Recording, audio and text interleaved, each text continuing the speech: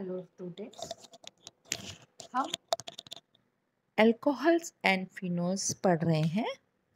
आज last time पे मैंने आपको डाइहाइड्रिक अल्कोहल्स, उनके प्रिपरेशंस और प्रॉपर्टीज बताई थी। आज हम ट्राइहाइड्रिक अल्कोहल पढ़ेंगे। ट्राइहाइड्रिक अल्कोहल्स वे अल्कोहल्स होते हैं जिसमें 3 OH समूह अलग अलग कार्बन परमाणु पर उपस्थित होते हैं। ट्राइहाइड्रिक अल्कोहल या ट्रायोल बनाते हैं। फॉर एग्जाम्पल, ये सामने CH2OH CH2OH CHOH CH2OH है। 1 2 3 ट्रायोल। इसको हम IUPAC सिस्टम में प्रोपेन 1 2 3 ट्रायोल कहते हैं। इसको साधारण नाम जो है इसका वो ग्लिसरॉल है। ग्लिसरॉल के बारे में हम पहले देखते हैं कि ट्राइहाइड्रिक अल्कोहल का सबसे महत्वपूर्ण यौगिक ग्लिसरॉल है। यह वनस्पति तथा जीवों के तेल व वसा में उच्च वसीय अम्लों के ग्लिसरिक एस्टरो ग्लिसराइड्स के रूप में उपस्थित होता है। ग्लिसरॉल का स्ट्रक्चरल फॉर्मूला यहाँ पर आपको दिखाई दे रहा है। ये 3 OH ग्रुप लगे हुए हैं और ये ट्राइहाइड्रिक अल्कोहल है। इसको हम ग्लिसरॉल कहते हैं। अब हम देखेंगे ग्लिसरॉल बनाने की विधियाँ, मेथड्स ऑफ प्रिपरेशन। सबसे पहला, फैट्स और ऑयल्स के जल अपघटन से हम ग्लिसरॉल को बनाते हैं। वसा व तेलों का क्षार NaOH के साथ जल अपघटन कराने पर ग्लिसरॉल तथा हायर फैटी एसिड्स के सोडियम साल्ट साबुन प्राप्त होता है। यह अभिक्रिया से साबुन प्राप्त होता है, अतः इसे साबुनीकरण या सोपोनिफिकेशन भी कहते हैं। सोप फॉर्मेशन में ग्लिसरॉल बाय प्रोडक्ट के रूप में हमको मिलता है। यहाँ पे मुख्य प्रोडक्ट सोप बनता है, लेकिन वसा हायर फैटी एसिड्स के NaOH के साथ क्रिया कराने पर हमको सोप के साथ ग्लिसरॉल भी मिलता है। ये पहला प्रिपरेशन हुआ इसका फैटी एसिड्स के जल अपघटन द्वारा। दूसरा प्रिपरेशन हम देखते हैं प्रोपीन के द्वारा। पेट्रोलियम से हमको प्रोपीन मिलती है और प्रोपीन के भंजन के समय प्राप्त प्रोटीन से ग्लिसरॉल का संश्लेषण किया जाता है। इसमें क्या है, ये हमने प्रोपीन लिया, इसको 500 डिग्री पर क्लोरीन के साथ गर्म करने पर हमको यहाँ पर इसका प्रोपीन का क्लोरो कंपाउंड मिला। इसके बाद इसको NaCO3 के साथ 150 डिग्री और 12 एटमॉस्फेरिक प्रेशर पर जब हम गर्म करते हैं तो हमको एलिल अल्कोहल मिलता है। इसके बाद HOCl की प्रेजेंस में आगे रिएक्शन कंटिन्यू करने पर हमको CH2OH CHCl CH2OH CH2OH CHCl CH2OH मिलता है।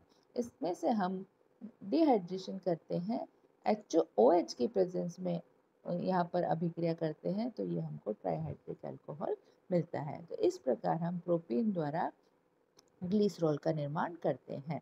अब हम देखते हैं physical properties of propene. Propene के भौतिक गुण क्या हैं? रंगहीन, गंधहीन, मीठा गाढ़ा द्रव है। इसका क्वथनांक 290 डिग्री होता है। यह हाइड्रोजन बंध के कारण जल व अल्कोहल से सभी अनुपातों में विलय होता है। इसमें हाइड्रोजन बॉन्डिंग हो जाती है तो ये जल और अल्कोहल में ये हाइग्रोस्कोपिक आर्द्रताग्राही कंपाउंड है। तो ये हुए हमारे ग्लिसरॉल के भौतिक गुण। इसके बाद हम देखेंगे ग्लिसरॉल के रासायनिक गुण। तो रासायनिक गुण क्या है हमारे? पहली अभिक्रिया हम देखते हैं सोडियम से अभिक्रिया। सोडियम से अभिक्रिया क्या बताती है? ग्लिसरॉल की अम्लीय प्रकृति को बताती है।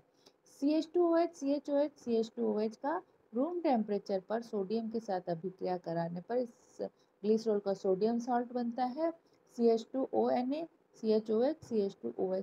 और इसके बाद उच्च ताप पर सोडियम की उपस्थिति में इसको गर्म करते हैं तो हमारा डाइसोडियम ग्लिसरेट बनता है। तो इस प्रकार हम सोडियम के साथ इसकी अभिक्रिया कराते हैं।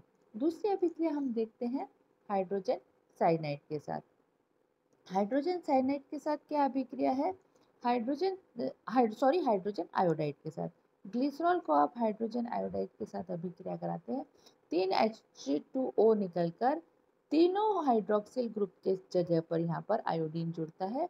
बाद में एक आयोडीन माइनस होकर यहाँ से 2 जगह से आयोडीन माइनस हो गई, तो हमको एलिल आयोडाइड कंपाउंड मिलता है। तो हम क्या देख रहे हैं कि हाइड्रोजन आयोडाइड के साथ अभिक्रिया। इसी में HI के आधिक्य में किस तरह से अभिक्रिया होती है। CH2CH CH2I जो हमको ऊपर बना था, उसका अगर हम ज़्यादा HI के साथ अभिक्रिया करते हैं तो यहाँ पर इसका डबल बॉन्ड ब्रेक होकर HI जुड़कर ये डाई आयोडाइड बनाता है। इसमें से फिर आयोडीन को माइनस करते हैं तो एलिल आयोडाइड से वापस हमको ये कंपाउंड मिलता है, और फिर हम HI से क्रिया कराते हैं तो 2 आयोडोप्रोपेन हमको मिलता है। तो इस प्रकार से हम देखते हैं कि हाइड्रोजन आयोडाइड के साथ ग्लिसरॉल कैसे रिएक्शन करता है। नेक्स्ट रिएक्शन है हाइड्रोजन क्लोराइड के साथ अभिक्रिया। हाइड्रोजन क्लोराइड के साथ CH2OH CH2CHOH CH2H प्लस शुष्क HCl 110 डिग्री पर यहाँ पर Cl लग गया। यहाँ इसी के साथ दूसरे कंपाउंड बनने अल्फा क्लोरोहाइड्रिन और बीटा क्लोरोहाइड्रिन दोनों तरह के क्लोरोहाइड्रिन बनने की संभावना है। अब HCl के आधिक्य में क्रिया को आगे बढ़ाया जाता है तो 2 और OH ग्रुप, यहाँ पर सोचो alpha alpha chloro, alpha beta chloro, तो 2 OH ग्रुप रिप्लेस होकर क्लोरीन 2 जगह क्लोरीन लग जाता है और ग्लिसरॉल अल्फा अल्फा डाइक्लोरोहाइड्रिन या ग्लिसरॉल अल्फा बीटा डाइक्लोरोहाइड्रिन हमको प्राप्त होता है। तो इस तरह से हाइड्रोजन क्लोराइड से अभिक्रिया कराने पर हमको ये उत्पाद मिलते हैं। इसके बाद हम नेक्स्ट रिएक्शन देखते हैं नाइट्रिक अम्ल के साथ अभिक्रिया।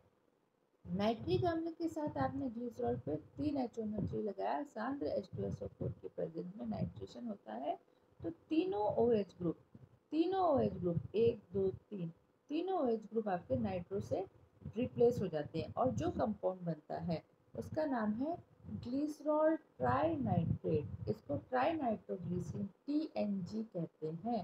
TNG एक बहुत ही एक्सप्लोजिव लिक्विड है और इसका उपयोग हम डायनामाइट बनाने में करते हैं। इस रिएक्शन को TNG आप कैसे प्राप्त करेंगे इस नाम से भी पूछा जाता है और ये ग्लिसरॉल की एक बहुत ही इम्पोर्टेंट अभिक्रिया है। तो नाइट्रेशन ऑफ ग्लिसरॉल इस प्रकार से होता है।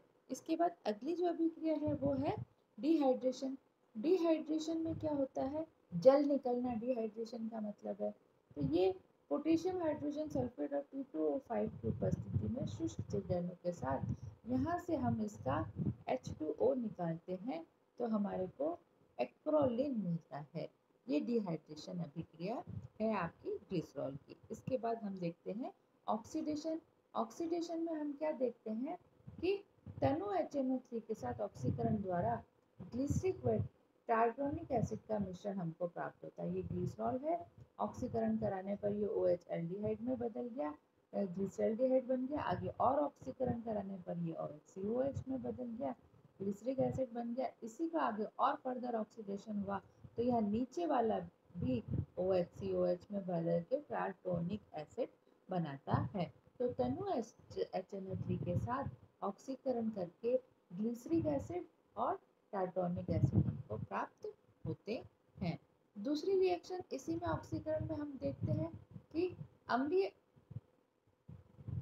KMnO4 के साथ अभिक्रिया हम देखते हैं।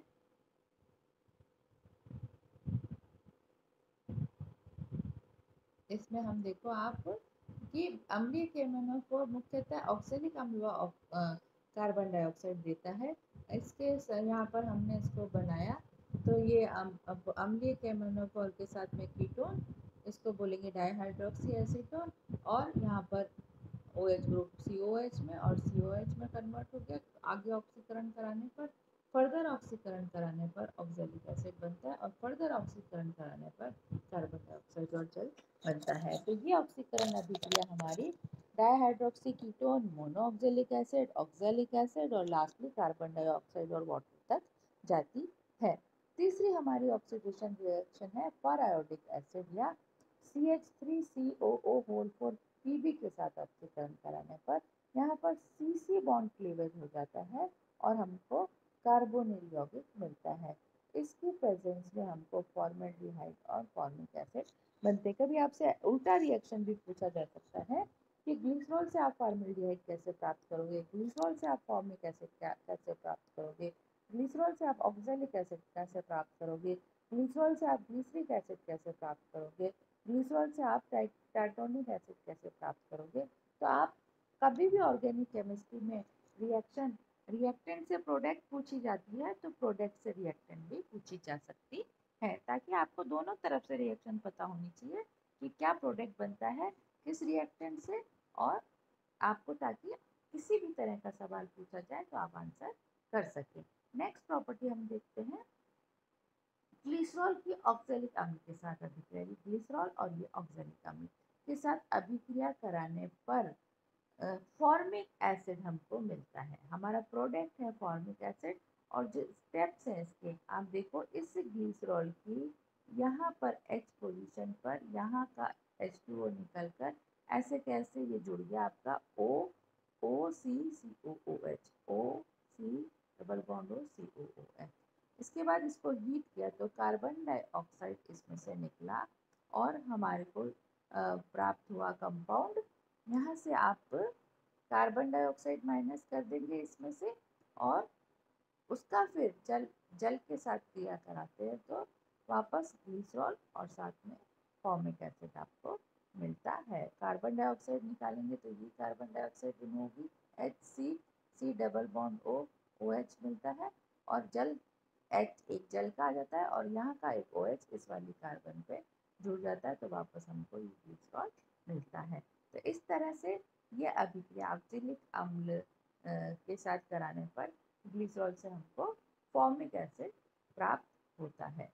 अगली अभिक्रिया हम देखते हैं कि ग्लिसरॉल को 260 डिग्री पर ऑक्जेलिक अम्ल के साथ गर्म करने पर ये वापस ऑक्जेलिक अम्ल के साथ अभिक्रिया है, लेकिन यहाँ पर टेम्परेचर 260 डिग्री है।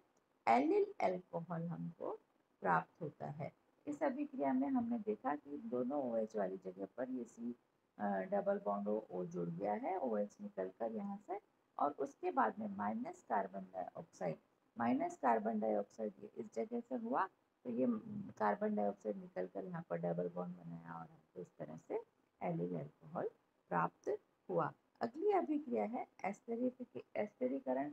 इसमें आपका क्या बनेगा, इस अभिक्रिया में ग्लाइकॉल की CH3CO होल ट्वाइस के साथ अभिक्रिया कराने पर हर OH को रिप्लेस करेगा CH3COO, और यहाँ पर हमको ग्लिसरॉल ट्राई एसिटेट प्राप्त होगा।